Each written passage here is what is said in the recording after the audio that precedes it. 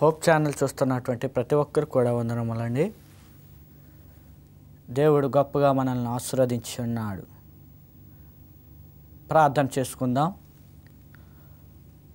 యేసయ్యా, నీకు వందనాలు నాయనా.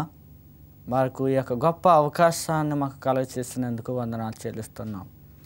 ఈ యొక్క వాక్యాన్ని మరి యొక్క ధ్యానిస్తుండగా ప్రభా, ప్రతి ఒక్క కుటుంబాన్ని కూడా మరి తల వంచినటువంటి మరి ప్రతి ఒక్క కుటుంబాన్ని కూడా దీవించి ఆశీర్వదిస్తారని యేసు పరిశుద్ధ నామమున ప్రార్థన చేస్తున్నాం తండ్రి, ఆమేన్.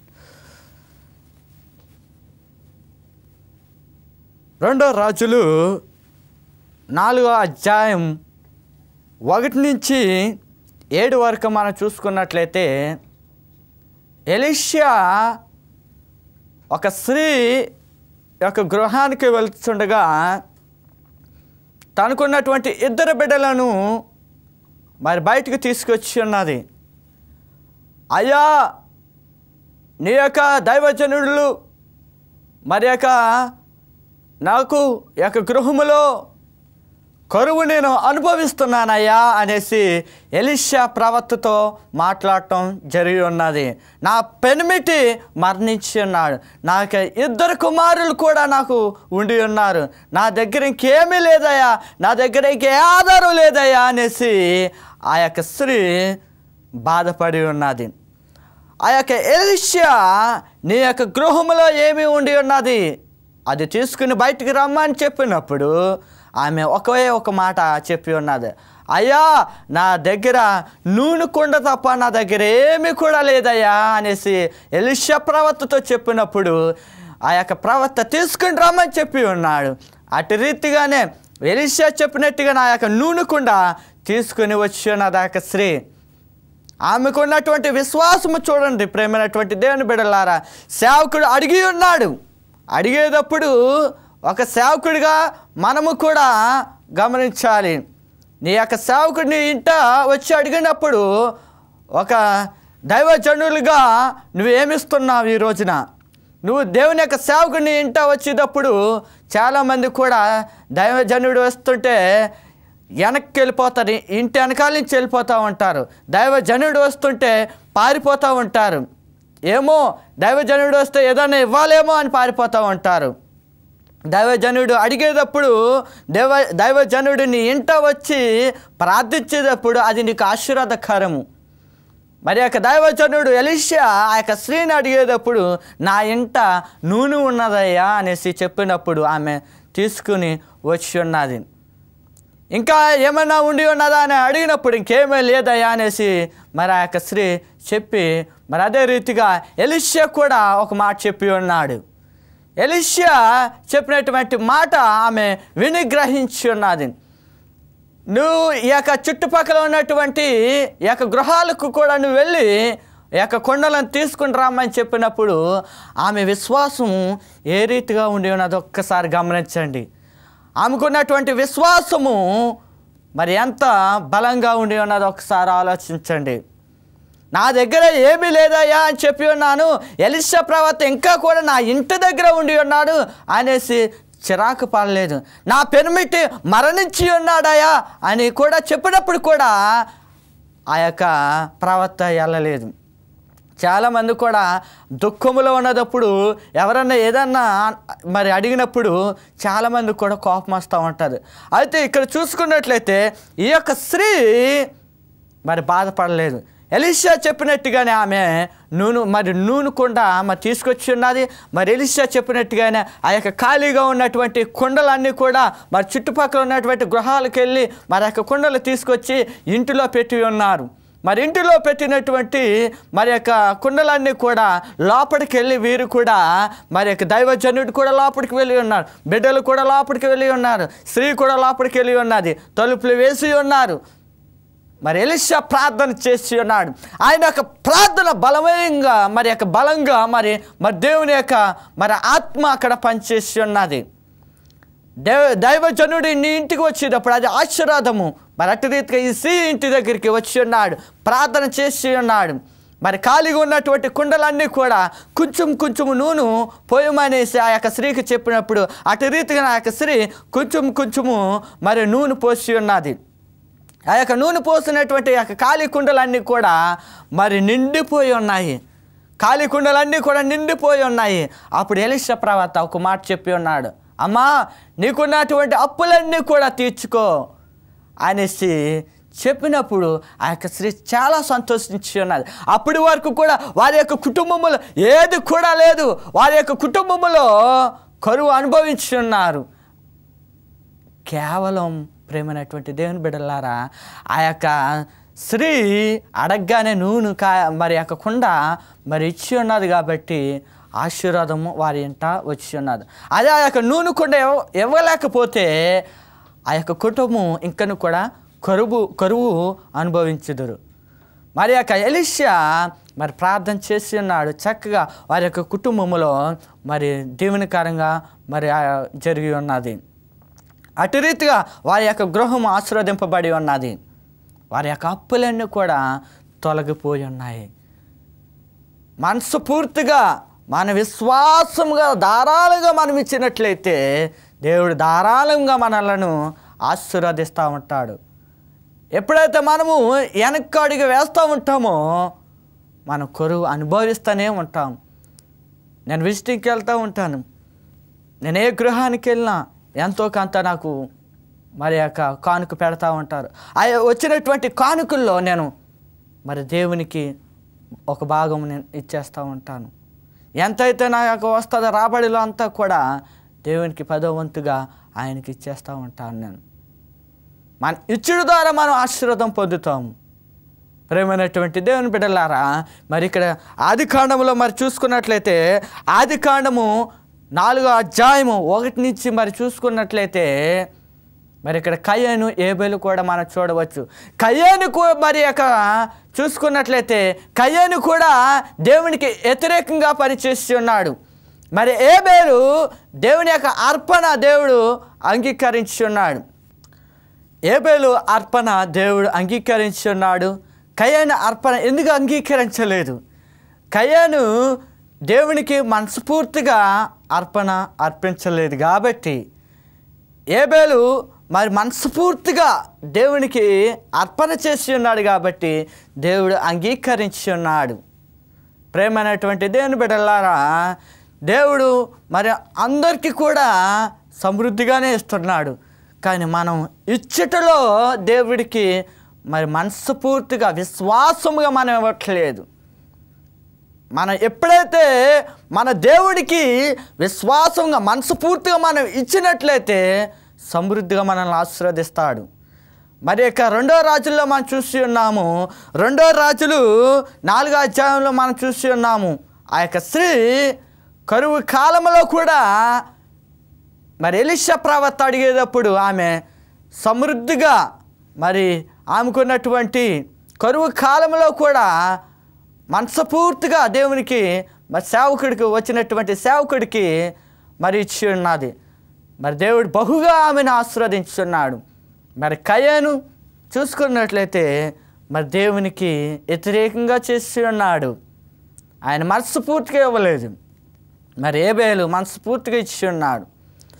మరి కయ్యను వలె మనం ఉందామా, లేదంటే ఏబేలు వలె మనం ఉందామా?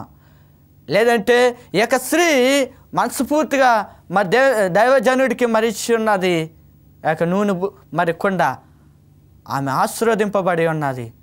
మరి అటు రీతిగా నువ్వు కూడా నీ కుటుంబంలో నువ్వు కూడా ఆశీర్వాదము పొందాలి. చాలామంది స్త్రీలు కూడా చూసుకున్నట్లయితే భర్తలకు చెప్తూ ఉంటారు, మనకు వచ్చే రాబడంతా కూడా దేవునికి కూడా మనం ఇవ్వాలి, మన ఇచ్చడు ద్వారా మనం ఆశీర్వదింపబడతాము అని చాలామంది కూడా స్త్రీలు భర్తలతో చాలా బాగా చెప్తూ ఉంటారు. అది మంచి మరి యొక్క ఆలోచన. ప్రేమైనటువంటి దేవుని బిడ్డలారా, స్త్రీ కుటుంబంలో అన్ని విషయాలు కూడా మరి చూసుకుంటూ ఉంటారు. మరి స్త్రీలు కూడా మీ భర్తలకి నేర్పుతూ మరి మీ భర్తలకు కూడా చెప్పినట్లయితే వారు కూడా చక్కగా మరి వారు కూడా చేస్తూ ఉంటారు. మరి ఆ యొక్క స్త్రీ ఆశీర్వదింపబడినట్టుగా మనం కూడా ఆశీర్వాదము కూడా మనం పొందాలి. మరి అబ్రహాము కూడా చూసుకున్నట్లయితే అబ్రహాము కూడా ఏమీ సంతానం లేనివాడుగా మరి ముందుగా మరి ఉండి ఉన్నాడు. మరి విశ్వాసము మరి దేవుని మీద ఉంచి ఉన్నాడు కాబట్టి అంత ఆస్తి ఉన్నప్పుడు కూడా ఆయన సంతానము లేదు. దేవునికి ప్రార్థించేవాడు, దేవుడు తన యొక్క ప్రార్థన ఆలకించి ఉన్నాడు. ఆయన యొక్క ప్రార్థన ఆలకించి ఉన్నాడు కాబట్టి తన కుమారుడు దేవుడు కలగచేసి ఉన్నాడు. కుమారుని కలగచేసేటప్పుడు కూడా దేవుడు పరీక్ష పెట్టి ఉన్నాడు. మరి ఇక్కడ చూసుకున్నట్లయితే ఆదికాండము 22వ అధ్యాయము 1-19 చూసుకున్నట్లయితే మొదటి వచనములో ఆయనకు పరీక్ష పెట్టడం జరిగి ఉన్నది. దేవుని అతనికి కుమారుని అనుగ్రహించి ఉన్నాడు. అనుగ్రహించినప్పుడు కూడా దేవుడు తిరిగి ఆయన అడిగి ఉన్నాడు, నాకు నీ యొక్క కుమారుడు అర్పణగా నాకు కావాలి అని చెప్పేటప్పుడు ఆయన కుమారుని తీసుకుని బలివ్వడానికి మరి కొండపైకి వెళ్ళి ఉన్నాడు. ఆయన కుమారుడికి ఏమీ చెప్పలేదు. ఆ కుమారుడికి అర్పణగా నేను ఇస్తున్నానని కుమారుడు కూడా చెప్పలేదు. తన కుమారుడిని తీసుకుని వెళ్ళి అర్పణ చేయడానికి తీసుకెళ్ళినప్పుడు కూడా ఆయన బాధపడలేదు. నా దేవుడు నాకు ఇచ్చి ఉన్నాడు కాబట్టి, నా దేవుడు నన్ను అడిగి ఉన్నాడు కాబట్టి నా దేవుడికి నేను ఇవ్వాలి అని అబ్రహాము తీసుకుని వెళ్ళడం జరిగి ఉన్నది. ఆయన అర్పణ చేయడానికి వెళ్ళినప్పుడు దేవుడు అక్కడ ఆ అర్పణను ఆఫ్ చేసి ఉన్నాడు. ఆయన పరీక్షను మరి తెలుసుకున్నాడు కాబట్టి ఆ యొక్క పరీక్షలో ఆయన నగ్గి ఉన్నాడు. ఆయన విశ్వాసాన్ని మరి అక్కడ మనం చూడవచ్చు. ఒకే ఒక కుమారుణ్ణి అర్పణగా ఇవ్వలేకపోతే దేవుడు మరి అబ్రహాం కుటుంబంలో సంతానం మరి లేకపోదును. మరి ఆయన అర్పణ దేవునికి ఇవ్వడం జరిగి ఉన్నది కాబట్టి విస్తారమైనటువంటి మరి సంతానము మనం చూస్తున్నాం. మరి అబ్రహాము ఇంకను కూడా ఆశీర్వాదం పొంది ఉన్నాడు. అబ్రహాము ధనములో కూడా ఎంతో మరి దేవుడు ఆశీర్వదించున్నాడు. మరి సంతానములో కూడా మరి దేవుడు బహుగా ఆశీర్వదించున్నాడు. కేవలం దేవునికి ఇవ్వడం వలన ఆయన ఆశీర్వాదము పొంది ఉన్నాడు. మరి అదే రీతిగా కూడా మనము కూడా అదే రీతిగా మనం ఆశీర్వాదము కావాలని మనం కోరుకున్నట్లయితే దేవుడు మనల్ని కూడా ఆశీర్వదిస్తాడు. మన బిడ్డలను ఆశీర్వదిస్తాడు. మన కుటుంబాన్ని ఇంకను కూడా ఆశీర్వాదంగా మనల్ని ఉంచుతూ ఉంటాడు. చాలామంది కూడా దైవ సేవకులు కూడా మరి దేవునికి ఇవ్వడానికి కూడా వెనకబడతా ఉంటున్నారు కొంతమంది. మరి దైవజనులు కూడా ఇవ్వడం కూడా నేర్చుకోవాలి. మనం ఏ రీతిగా అయితే మనం బోధ చేస్తున్నామో అదే రీతిగా దైవజనులు కూడా దేవునికి ఇవ్వడం కూడా మనం నేర్చుకున్నట్లయితే మన యొక్క కుటుంబాలను కూడా ఆశీర్వాదంగా ఉంచుతాడు. సేవకులు చాలామంది కూడా దేవునికి నమ్మకంగా ఉంటున్నారు. వారికి ఆదాయం తక్కువగా ఉన్నప్పుడు కూడా దేవుడు వారి యొక్క బిడ్డలను ఆశీర్వదించి ఉన్నతమైనటువంటి స్థితిలో వారి యొక్క బిడ్డలను ఉంచుతున్నారు. నువ్వు పాస్టర్గా ఉన్నప్పుడు కూడా నీ బిడ్డలు గొప్ప స్థితిలో వారు ఉంటున్నారు. ప్రేమైనటువంటి దేవుని బిడ్డలారా, మరి యొక్క విశ్వాసముగా మనం దేవునికి మరి ఇచ్చుట ద్వారా మనం ఎంతగా మనం ఆశీర్వాదం పొందుతున్నామా అనేది మనము బైబిల్ లేఖనములో మనం చూసి ఉన్నాము. 2వ రాజుల్లో మనం చూసి ఉన్నాము. 4వ అధ్యాయం 1-7 వరకు మనం చూసి ఉన్నాము. ఆ యొక్క స్త్రీ కరువు కాలంలో దేవుడు మరి కాపాడి ఉన్నాడు. అదే ఆ యొక్క దైవజనుడు వచ్చి ఆ యొక్క స్త్రీని మరి అడగలేకపోతే, ఆ యొక్క స్త్రీ ఇవ్వలేకపోతే ఏ రీతిగా ఉండును? ప్రియ సహోదరి సహోదరుడా, మనము కూడా ఆ యొక్క స్త్రీ మరి ఏ రీతిగా అయితే మరి ఇవ్వడం ద్వారా ఆమె ఆశీర్వాదం పొంది ఉన్నది, ఆ రీతిగా మనము కూడా ఆ యొక్క ఆశీర్వాదం పొందాలి. మరి అదే విధముగా కయ్యేను ఏబేలు మరి ఏ రీతిగా మరి వారు ఉండి ఉన్నారో, మరి దేవుడు ఎవరి యొక్క అర్పణను మరి అంగీకరించున్నాడో మనం చూసి ఉన్నాము. మరి ఏబేలు యొక్క అర్పణ మరి దేవుడు అంగీకరించి ఉన్నాడు. మరి కయ్యేను అర్పణ తిరస్కరించి ఉన్నాడు. ఎందుకు తిరస్కరించి ఉన్నాడు? ఆయన విశ్వాసంగా ఆయన దేవునికి ఇవ్వలేదు. మనస్ఫూర్తిగా మరి ఏబేలు ఇచ్చి ఉన్నాడు కాబట్టి ప్రేమైనటువంటి దేవుని బిడ్డలారా, మనము కూడా ఆ రీతిగానే దేవునికి మన మనస్ఫూర్తిగా ఇవ్వాలి. మరి గెహజ్యా మరి చూసుకున్నట్లయితే దైవజనుడి దగ్గర మరి ఉంటూ, మరి దైవజనుడి దగ్గర మరి పని చేస్తూ ఎలీషా దగ్గర ఆయన యొక్క విశ్వాసాన్ని మరి తెలుసుకోలేకపోయి ఉన్నాడు. మరి గెహజ్యా ఆయనకి మరి ఎలీషాకి వచ్చినటువంటి ధనాన్ని గెహజ్యా తీసుకుంటాం జరిగి ఉన్నది. గెహజ్యా తీసుకుంటాం వలన ఆయన ఆశీర్వాదం పొంది ఉన్నాడా? పొందలేదు. ప్రేమైనటువంటి దేవుని బిడ్డలారా, గెహజ్యా ఆయన యొక్క మరి యొక్క ధనాన్ని, ఎలీషా యొక్క ధనాన్ని తీసుకుంటాం జరిగి ఉన్నది. ఒక దైవజనుడి దగ్గర ఆయన తీసుకుంటాం జరిగి ఉన్నది. మరి గెహజ్యా మరి చక్కని ఆరోగ్యంతో ఉన్నటువంటి గెహజ్యా, మరి చక్కగా ఆయన జీవిస్తున్నటువంటి గెహజ్యా, మరి ఆయన మంచి ఆశీర్వాదాలతో ఉన్నటువంటి యొక్క గెహజ్యా ఎలీషా మరి రాజుగారు, మరి నయమాన్ రాజుగారు తీసుకొచ్చినటువంటి ధనాన్ని ఆయన ఆశపడి ఉన్నాడు. ఆశపడినటువంటి ధనము ఆయన బాగు చేసి ఉన్నదా? లేదు. ప్రేమైనటువంటి దేవుని బిడ్డలారా, దేవుని యొక్క సేవకుడి యొక్క ధనాన్ని ఆశపడి ఉన్నాడు కాబట్టి గెహజ్యా కుష్ఠరోగాన్ని సంపాదించుకుని ఉన్నాడు. ప్రేమైనటువంటి దేవుని బిడ్డలారా, మనము కూడా దేవుని యొక్క మందిరములో మనం ఇవ్వాల్సింది మనం దేవుని యొక్క మందిరంలో మనం ఇవ్వాలి. దేవుని యొక్క సేవకుడు మనం ఇవ్వాల్సినటువంటి మరి యొక్క కానుకలు కూడా దైవ సేవకులకి మనం ఇవ్వాలి. లేదు నాకు కావాలి, లేదు నేను ఉంచుకుంటానని అనుకున్నట్లయితే ఒక్కసారి జ్ఞాపకం ఉంచుకో ప్రేమైనటువంటి దేవుని బిడ్డ. గెహజ్యా ఏ స్థితిలో ఉండి ఉన్నాడు? ఆయన యొక్క కుష్ఠరోగాన్ని సంపాదించుకుని ఉన్నాడు. అటు రీతిగా నువ్వు ఎటువంటి రోగాన్ని నువ్వు సంపాదించుకోకూడదు, ఎటువంటి బాధను నువ్వు సంపాదించుకోకూడదు.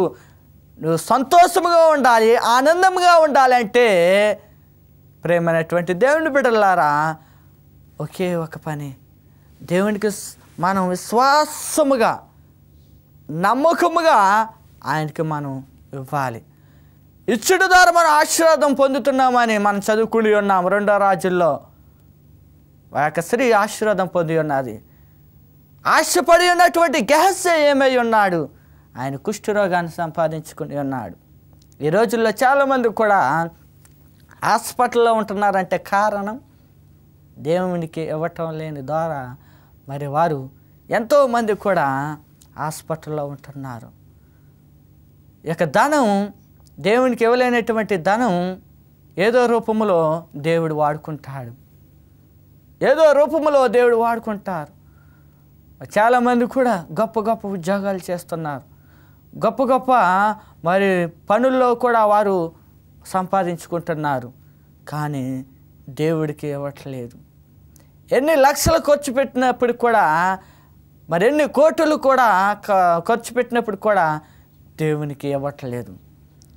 మన ధనం ఈ రోజుతో మనకి ఉండదు. ఈ రోజుల్లో ఈ ధనం అనేది మనకి శాశ్వతం కాదు. ఈరోజు నువ్వు మరణించావంటే ఆ ధనం నీకు కూడా రాదు. ఒక ఆయన చూసుకున్నట్లయితే డ్రైవర్ని తీసుకుని ఆయన ఒక ఊరికి ప్రయాణం కొనసాగిస్తున్నాడు. ఆయన యొక్క కారులో చూసుకున్నట్లయితే 2 కోట్లు ఆయన యొక్క కారులో ఉండి ఉన్నాయి. వీరు చక్కగా ప్రయాణాన్ని కొనసాగించున్నారు. ప్రయాణాన్ని కొనసాగించేటప్పుడు ఒక మార్గంలో డ్రైవర్కి ఒక ఆలోచన కలిగి ఉన్నది. ఆయనకి చెడు తలంపు కలిగి ఉన్నది. నేను ఎన్నాళ్ళు ఈయన దగ్గర నేను పని చేయాలి, ఇప్పుడు ఈయన దగ్గర ఉన్నటువంటి 2 కోట్ల రూపాయలు ఈయన చంపేసి నేను తీసుకుని వెళ్ళిపోతే నేను చక్కగా నేను జీవిస్తానే అని ఆయన ఏం చేస్తున్నాడంటే, తన డ్రైవర్ ఏం చేస్తున్నాడంటే కారు ఆఫ్ చేసి ఆ యొక్క కారు మరి రిపేరు వచ్చి ఉన్నదని ఓనర్ గారిని లోపల కూర్చోబెట్టి, మరి యొక్క డ్రైవర్ ఏం చేస్తున్నాడంటే ఆయన మరి బయట ప్లాన్ వేసుకుంటూ ఉంటున్నాడు. తర్వాత ఆయన డోర్ తీసి ఆ యొక్క డ్రైవరు మరి యొక్క ఓనర్ గారిని లోపల పెట్టి చంపేసి ఉన్నాడు. ఆ యొక్క 2 కోట్లు చూసి ఆయన ఆశపడి ఉన్నాడు, మరి ఓనర్ని చంపేసి ఉన్నాడు. మరి ఆ యొక్క ఓనర్ చూసుకున్నట్లయితే చాలా ధనం మరి బిడ్డలు మరి తరతరములు కూడా ఆయనకి బోర్డు ఆస్తి ఉండి ఉన్నది. మరి ఆ యొక్క ఆస్తి తను చనిపోయేటప్పుడు తాను కూడా వచ్చిన్నదా? రాలేదు. ఒక డ్రైవరు ఆయన చంపివేస్తున్నాడు, ఆ యొక్క డబ్బు తీసుకుని వెళ్ళిపోయి ఉన్నాడు. మరి నువ్వు కూడా అదే స్థితిలో కూడా ఉన్నట్లయితే నువ్వు ఆ ధనాన్ని నువ్వు తీసుకెళ్ళగలవా? లేదు. మన యొక్క ధనాన్ని మనం ఎక్కడికి కూడా మనము తీసుకెళ్ళలేము. మరి అదే ధనాన్ని దేవుని యొక్క సేవకు మనం ఉపయోగించినట్లయితే, దేవుని యొక్క సేవలో మనం వాడబడినట్లయితే దేవుడు నిన్ను దీవిస్తాడు, నీ కుటుంబాన్ని కూడా దీవిస్తాడు, నీ బిడ్డలకు కూడా దీవించబడతారు. మనకి ఏ ప్రాణ నష్టము కూడా దేవుడు మనకి కలగచేయడు. ఎటువంటి ప్రాణ నష్టమును కూడా దేవుడు మన యొక్క కుటుంబానికి కలగచేయడు. మన ఎంత ఇబ్బందుల్లో ఉన్నప్పుడు కూడా దేవుడు మనల్ని మన యొక్క కుటుంబానికి ఆశీర్వాదకరంగా ఉంచుతాడు. ఈ డబ్బు మనకు శాశ్వతం కాదు. మన యొక్క సేవలో మనం వాడినట్లయితే దేవుడు బహుగా మనల్ని ఆశీర్వదిస్తాడని జ్ఞాపకం చేసుకోండి. మన బైబిల్లో మనం ఇప్పటి వరకు కూడా చూసుకున్నాం. అబ్రాహాము కొరకు మనం చదువుకున్నాము. అదే విధముగా ఆ యొక్క స్త్రీ కొరకు కూడా మనం విని ఉన్నాము. కయ్యను, ఏబేలు వీరి కొరకు కూడా మనం విన్నాము. అదే విధంగా గెహజీ కొరకు మనం విన్నాము. గెహజీ యొక్క రోగాన్ని సంపాదించుకున్నాడు. ప్రేమైనటువంటి దేవుని బిడ్డలారా, అటువంటి స్థితిలో మనం ఉండకుండా దేవునికి నమ్మకంగా విశ్వాసంగా ఉండి మనం దేవుని ప్రార్థిద్దాం. ప్రార్థన చేసుకుందాము. పూజనీయుడ గొప్ప దేవా, నీకు వందనాలు నాయన. యొక్క బిడ్డలు నీ యందు విశ్వాసముగా ఉండి ఇచ్చటిలో నమ్మకంగా విశ్వాసముగా ఉండాలని మేము ప్రార్థన చేస్తున్నాం.